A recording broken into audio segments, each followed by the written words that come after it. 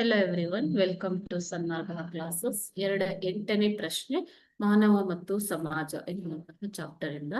ಮಾನವ ಸಮಾಜವನ್ನು ಸಾಮಾಜಿಕ ಸಂಬಂಧಗಳ ಬಲೆ ಎಂದು ಕರೆಯಲು ಕಾರಣವೇನು ಅಂತ ಕೇಳಿದ್ದಾರೆ. ಮಾನವ ಸಮಾಜವನ್ನ ಸಾಮಾಜಿಕ ಸಂಬಂಧಗಳ ಬಲೆ ಎಂದು ಕರೆಯಲು ಕಾರಣವೇನು?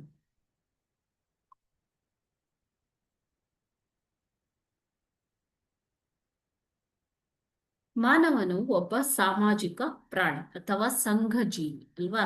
ಸೊ ಮಾನವನ ಬೆಳವಣಿಗೆಗೆ ಸಮಾಜ ತುಂಬಾ ಅತ್ಯಗತ್ಯವಾಗಿದೆ. ಮಾನವನ ಅಸ್ತಿತ್ವಕ್ಕೆ ಕೂಡ ಸಾಮಾಜಿಕ ಸಂಬಂಧಗಳು ಅಗತ್ಯ. ಈಗ ವ್ಯಕ್ತಿ ಮತ್ತು ಸಮಾಜದ ನಡುವಿನ ಸಂಬಂಧ ತುಂಬಾ ಅನನ್ಯವಾದದ್ದು ಅಲ್ವಾ ಮಕ್ಕಳೇ. ಸೊ ನಾವು ವ್ಯಕ್ತಿ ಇಲ್ಲದೆ ಸಮಾಜವಿಲ್ಲ, ಅದೇ ರೀತಿ ಸಮಾಜವಿಲ್ಲದೆ ವ್ಯಕ್ತಿ ಇಲ್ಲ. ನಾವು ನೆರೆಹೊರೆಯವರೊಂದಿಗೆ ಅದೇ ರೀತಿ ನಮ್ಮ ಸಂಬಂಧಿಕರೊಂದಿಗೆ, ನಮ್ಮ ಸಹೋದರ ಸಹೋದರಿಯರೊಂದಿಗೆ, ನಮ್ಮ ಕುಟುಂಬದೊಂದಿಗೆ ನಾವು ಅವಿನಾಭಾವ ಸಂಬಂಧವನ್ನ ಹೊಂದಿರ್ತೇವೆ.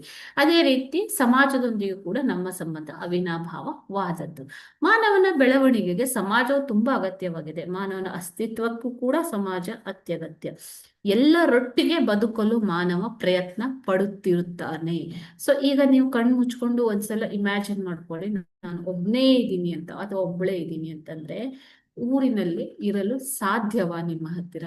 ಇಲ್ಲ ಅಲ್ವಾ. ನಮ್ಗೆ ನಮ್ಮ ಜೊತೆ ಸ್ನೇಹಿತರು ಬೇಕು, ನೆರೆಹೊರೆಯವರು ಬೇಕು, ಮೊದಲು ಕುಟುಂಬ ಬೇಕು, ಈ ರೀತಿ ಎಲ್ಲರೂ ಬೇಕು. ಓಕೆನಾ ಮಕ್ಳೇ.